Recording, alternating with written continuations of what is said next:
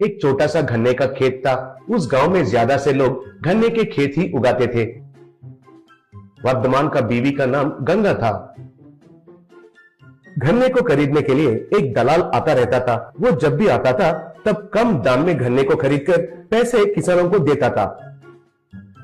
उसके वजह से किसान लोग बहुत दुखी होते थे। दलाल, क्या हुआ, मुंह ऐसे लटका दिए? फसल तो आप नहीं उगाए थे, लेकिन निवेश के पैसे देकर फसल आने के बाद उनको मैं ही कूली वालों को लगाकर उनसे कटवाकर लोड को लॉरी में चढ़ाकर कहीं दूर फैक्ट्री में ले जाने के लिए मुझे कितना खर्चा होता है आपको पता है? मैं जो आपको दे रहा हूँ वो हिसाब से सही है, कुछ भी संदेह में मत पड़िए। अगर आपको पसंद नहीं है तो आप ही फसल को ले जाकर फैक्ट्री में बेचिए, किसने मना किया? कहकर धमकी देता था। एक दिन वर्धमान सोचते हुए घर आया, तब उसकी बीवी गंगा, क्या हुआ जी, ऐसे हो, क्या हुआ? पूछी। तब वर्धमान, आज वो दलाल फिर आया, बहुत कम दाम में गन्ने को लेकर चला गया। सब किसान इस बात को लेकर बहुत परेशान में है, कहा। तब गंगा, फिर हमको कितना एडवांस दिया था और कितना काट दिया? पूछी। तब वर्धमान, असल में उन्हें मुझे कभी भी एडवांस नहीं दिया, हमारा छोटा सा खेत है ना, इसलिए। मगर फसल उगने के बाद कुछ पैसे मेरे हाथ में रखकर फसल लेकर जाता है। इस बार मुझे और भी कम दाम दिया है, इसलिए मैंने इनकार कर दिया। मैं अपने गन्ने को नहीं बेचूंगा, जाओ, कह दिया, कहा। तब गंगा, फिर तो हमारा पूरा खेत ऐसे रह जाएगा क्या? हाथ में कुछ भी पैसा नहीं? कहकर दुखी हुई।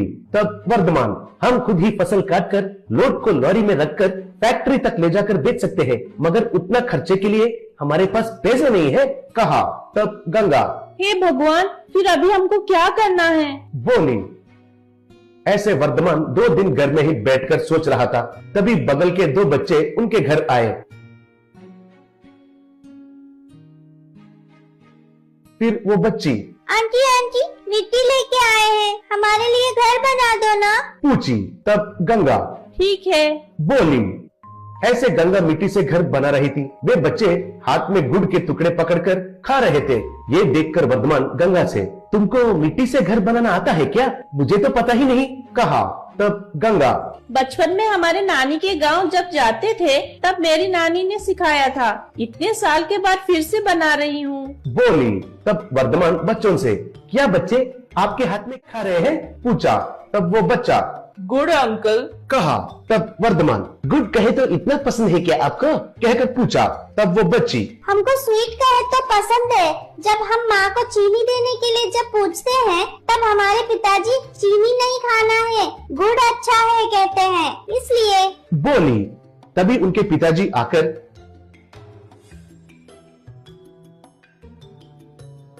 क्या रे, स्कूल न जाकर इधर बैठे हो? कहा। तब वर्धमान, नमस्ते सर, बच्चे गुड़ अच्छे हैं, चीनी अच्छा नहीं है कह रहे थे, तो मैं सुन रहा था सर, कहा।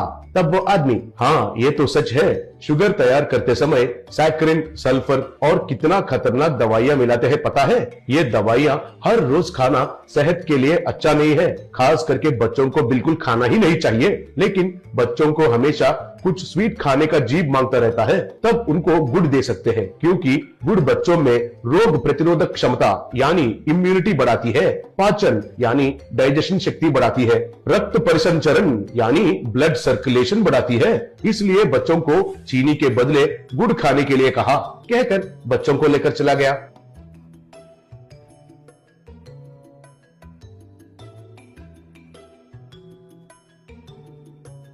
बाद में वर्धमान, उस सर ने जो कहा वो सुनने के बाद और तुमने जो बनाया वो मिट्टी का घर को देखकर मुझे एक विचार आया है। अब अगर हम सिर्फ अपने खेत पर विश्वास करके जिएंगे तो हम जिंदगी में आगे नहीं बढ़ सकते हैं। तुम और मैं मिलकर हमारे खेत में जो गन्ने हैं उनसे गुड़ तैयार करेंगे। तुम उनसे मिट्टी से जैसे बनाती हो ना वैसे छोटे छोटे घर तैयार करो, मैं उनको स्कूल के सामने रखकर बेचूंगा, कहा।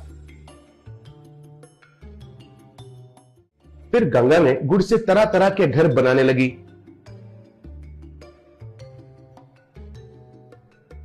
वर्धमान उनको बाजार में ले जाकर बेचने लगा। वो अच्छे से बिक्री हो रहे थे।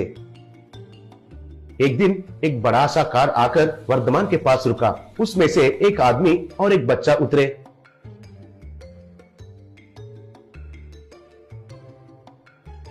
उस बच्चे ने एक घर को हाथ में लेकर I told you, Dadaji, how beautiful these houses are. My friends eat these candy houses every day. Before I leave India, I want to learn how to make these jaggery houses. Please ask him to teach me. कहा। तब उसका दादाजी sure I will talk to him in his language कहकर, बाबू ये मेरा पोता है, इसका नाम आदित्य है, अमेरिका से आया है, अगले हफ्ते चला जाएगा।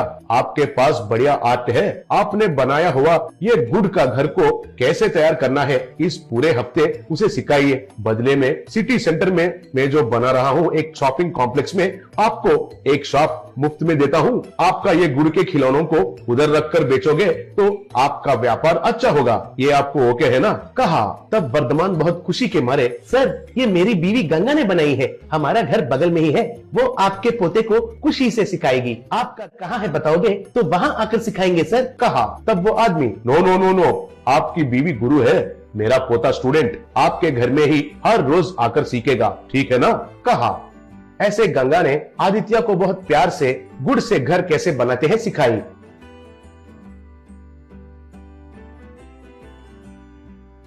एक हफ्ते के बाद आदित्य, आंटी आप अमेरिका आइए, वहाँ मेरे स्कूल में मेरे फ्रेंड्स को भी सिखाइए। मेरे डैडी को कहकर आप और अंकल के लिए सब व्यवस्था कराऊंगा। कहकर कार में चढ़कर बाय कहकर जा रहा था। गंगा और वर्धमान खुशी के आंसू से उसको अलविदा कहे।